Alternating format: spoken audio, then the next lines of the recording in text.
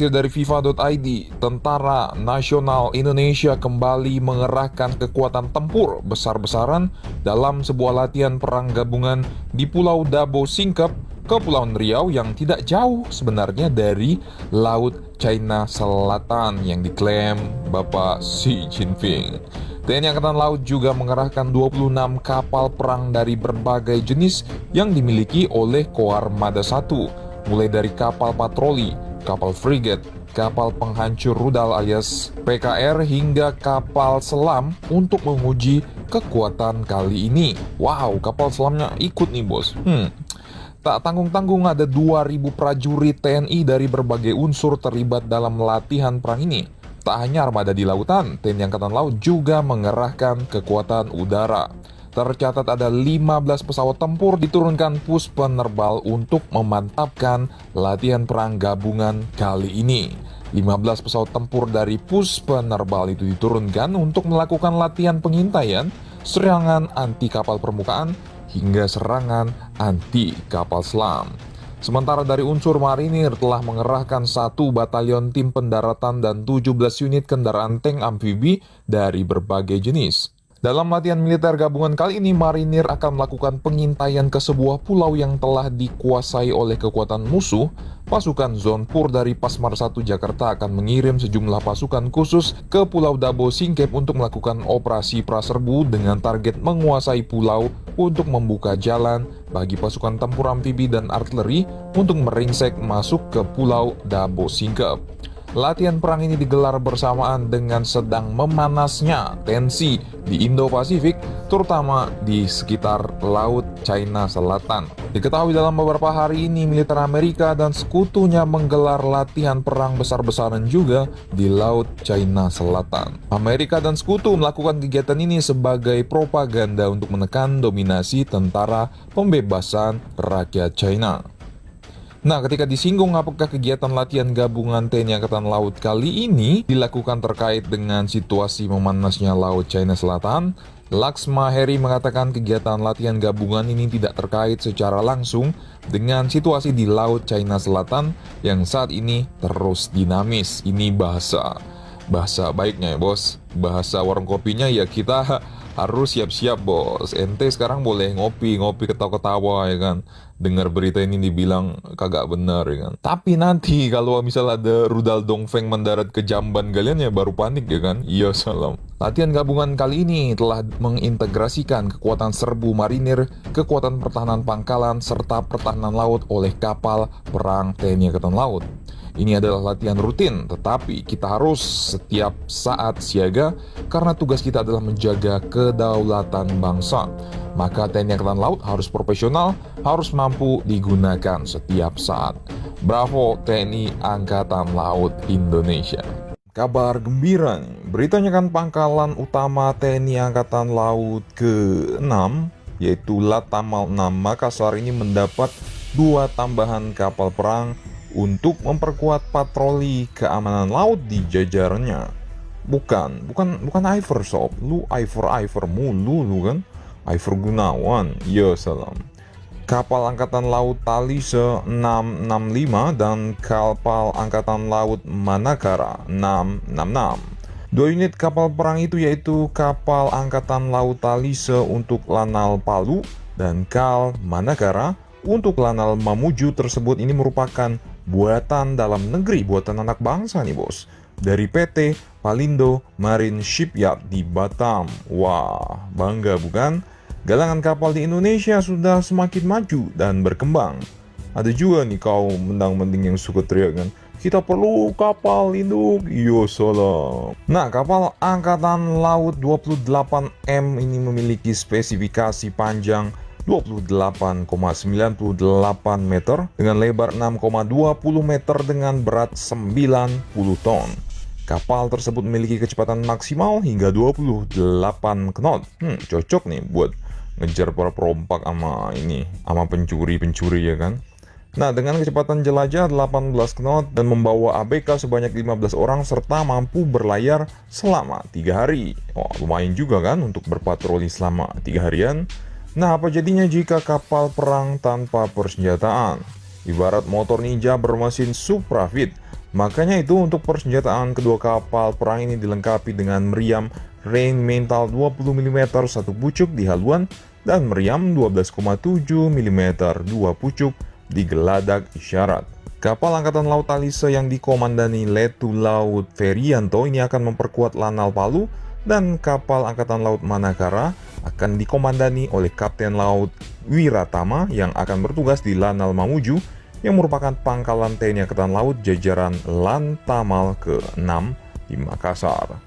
Bagaimana menurut kalian tentang kapal perang baru Angkatan Laut Indonesia ini? 90 ton, bos.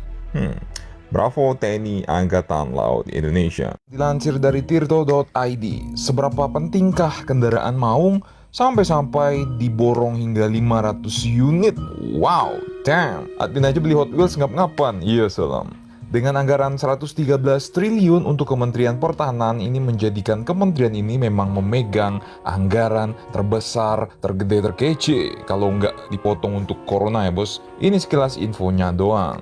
Beritanya kan, Menteri Pertahanan Prabowo Subianto bakal membeli 500 unit kendaraan taktis rantis maung dari PT Pindad. Ia menyebut pembelian mobil dari Pindad ini sebagai upaya untuk menghidupkan industri dalam negeri Indonesia. Pindad adalah industri dalam negeri, kita ingin hidupkan industri dalam negeri, kata Pak Prabowo. Tapi mohon maaf nih Pak, ya kan, mungkin ada para pengamat militer abal-abal yang bilang, ya kan, kita perlu jet tempur, perlu alutsista yang impornya canggih, ya kan, nuklir satan lah, iya salam apa segala. Namun tentu saja Kementerian Pertahanan punya pertimbangan prioritas tersendiri. SU-35 mana nih? Maaf.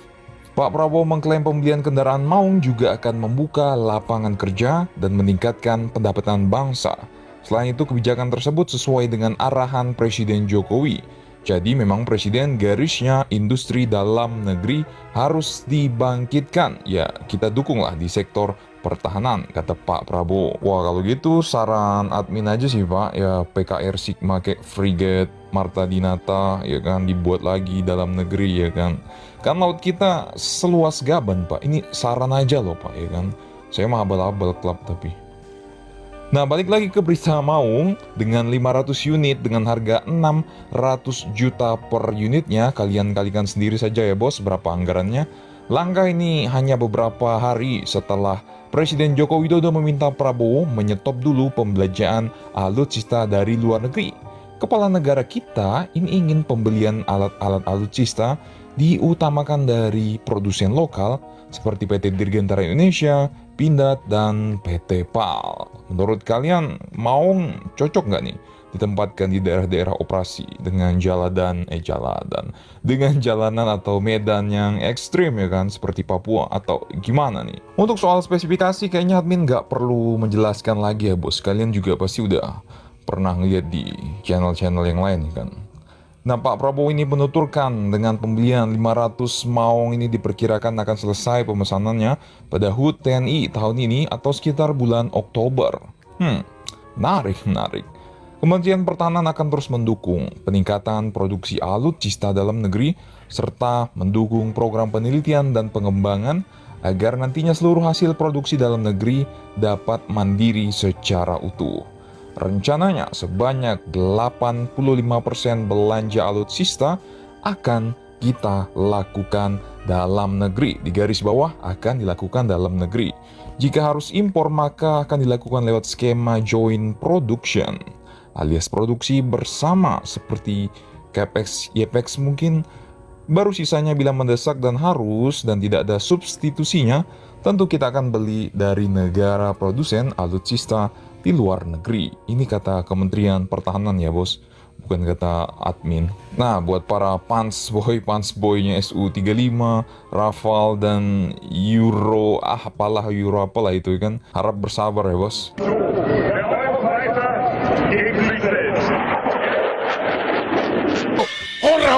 Orang umum merdeka. Sir dari portal berita indomiliter.com, apa yang ada di pikiran para pengamat militer abal-abal jika mendengar nama Eurofighter Typhoon? Sebagai penampur kelas berat Inggris dan Jerman, Eurofighter ini merupakan salah satu jet tempur termahal di dunia yang biaya isi bensinnya ini pasti akan membuat bulu jemari orang awam merinding. Benar, superioritas udara dengan predikat battle proven inilah yang mungkin melekat di benak kebanyakan netizen pada sosok jet tempur Eurofighter Typhoon. Anggapan ini sebenarnya nggak salah ya kan? Terlebih Typhoon ini adalah jawara alias dewa perangnya Air Force, yaitu Inggris dan Jerman. Rumor-rumor simpang siur mengenai ketertarikan Pak Prabowo dan Indonesia untuk membeli Eurofighter bekas Austria ini merupakan sebuah gosip militer yang sekarang cukup ya suatu percobaan yang mantap ya kan. Ya masalah. Dari segi label Eurofighter Typhoon jelas bukan penempur yang kaleng-kaleng.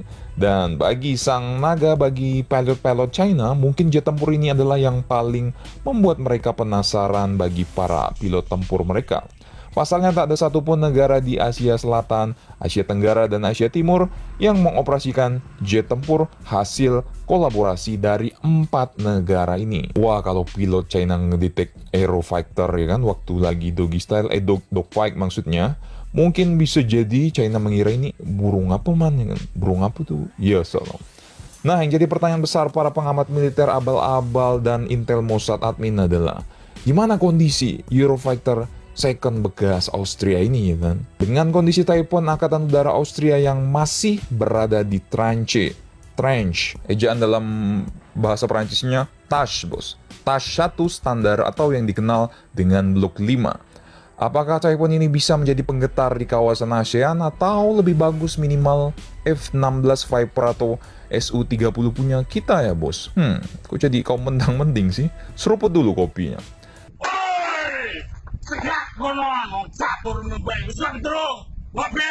Sebelumnya perlu diketahui TASH 1 ini juga diadopsi pada Typhoon milik Inggris, Jerman, Spanyol, dan Italia. TASH 1 atau dibaca Tranche 1 ini hadir pada fase awal gelombang pengiriman Typhoon. Dengan segala keterbatasan khas blok awal produksi jet tempur pihak pabrikan yaitu Airbus Defence and Space ini lantas menawarkan paket upgrade di mana dari fasilitas di Getafe di Spanyol ya kan, Typhoon TASH 1 diintegrasikan fitur-fitur sesuai standar TASH 2 dan TASH 3 yang pastinya mahal bos ya kan. Kalau dibeliin kopi duit upgrade-nya bisa dapat berapa ratus ribu pos kamling ya kan. Kok ke situ-situ sih. TASH 1 pada Typhoon Angkatan Udara Austria ini sejatinya mengacu pada varian yang digunakan oleh Angkatan Udara Jerman, namun sejumlah fitur terpaksa ditanggalkan karena alasan ya biaya.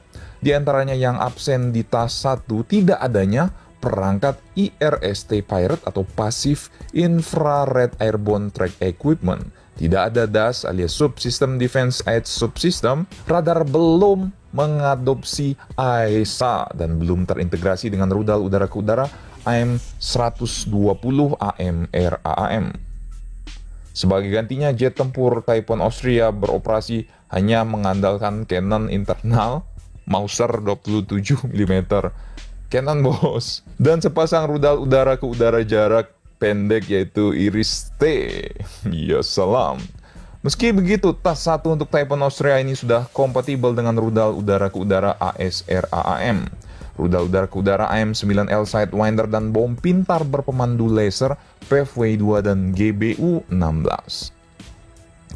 Paham kalian? Sama admin juga nggak paham bos sama istilah-istilah kayak gitu. Bagi Austria, keputusan untuk menjual 15 unit Typhoon ini sudah bulat.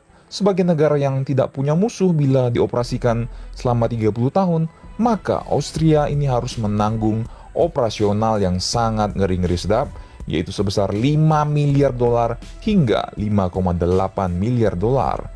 Ini merupakan suatu kegabutan yang hakiki, bukan? Bagus dijual aja oleh Austria. Dan apakah Indonesia benar-benar tertarik?